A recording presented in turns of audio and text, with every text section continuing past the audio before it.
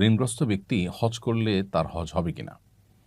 যদি ঋণগ্রস্ত ব্যক্তি হজ করেন, তাহলে তার হজ করতে গিয়ে যদি ঋণ আদায়ে কোনো প্রকার অসুবিধা তৈরি না হয়, তার ঋণটা যদি সিস্টেমিক্যাল ঋণ হয়, যেমন কিস্তিতে তিনি পরিশোধ করছেন এবং নিয়মতান্ত্রিকভাবে কিস্তি দিতে, দিতে একটা সময় পরিশোধ হবে, সেরকম ব্যবস্থা আছে এবং পাওনাদারের সাথে সেরকম বোঝাপড়া আছে, তাহলে সেক্ষেত্রে আ তিনি ঋণগ্রস্ত অবস্থায় হজ করতে পারেন।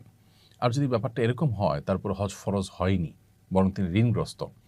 এখন ঋণের টাকা না দিয়ে পাওনাদারদের দাবি আছে, সেটা না দিয়ে তাদের সাথে গড়িমসি করে তাদেরকে আ আপনার ঋণ পরিশোধে বিলম্ব করে তাদের হক নষ্ট করে তিনি যদি হজ করতে যান, সেটি তার জন্য উচিত হবে না, জায়েজ হবে না।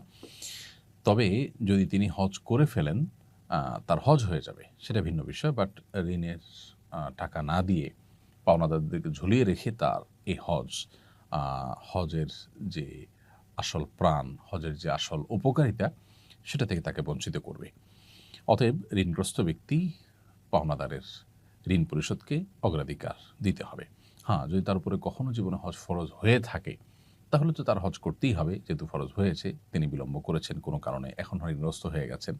তাহলে হজ করার জন্য তিনি তার জমি-জমা বিক্রি করে, স্থাবর-অস্থাবর সম্পত্তি বিক্রি করে হলেও হজ করতে হবে।